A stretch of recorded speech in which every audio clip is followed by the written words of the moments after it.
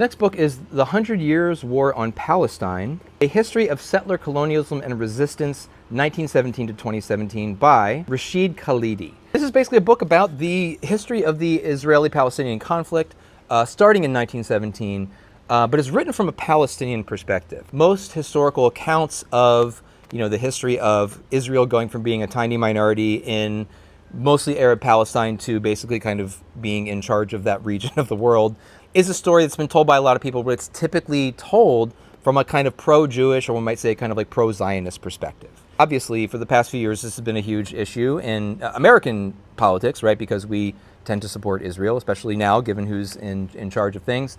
And that has led to a lot of pushback and anger and activism. Even amongst a lot of activists, there's a pretty broad ignorance about the actual history of that. So this book is filling in a lot of blanks, and boy, is it eye-opening. The plight of the Palestinian peoples is absolutely one of the most devastating and sad cases of just utter displacement and destruction and violence I have ever heard of. And this book, it's a difficult read.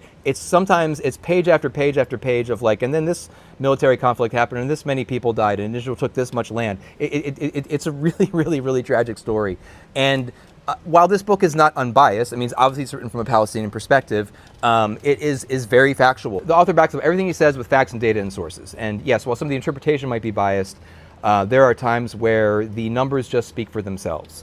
And I'm learning so much from it. A lot of the things that people have accused the nation of Israel of, like saying they're going to do one thing publicly and doing something completely different, kind of disproportionate retaliation, right? So some Palestinian group or group of people or whatever does something to Israel, and Israel responds with violence that is like many, many, many times more than the initial incident.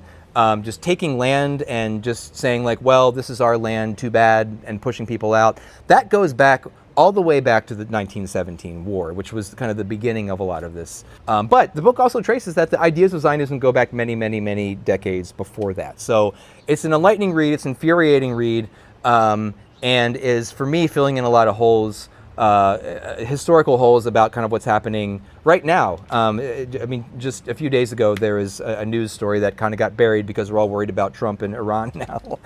But there's no news story about, basically Israeli settlers encroaching into land that wasn't theirs and taking it and killing people, and the Israeli government saying it's okay that we do this and coming and backing them up. So it's infuriating again, but it's a really, really good read. So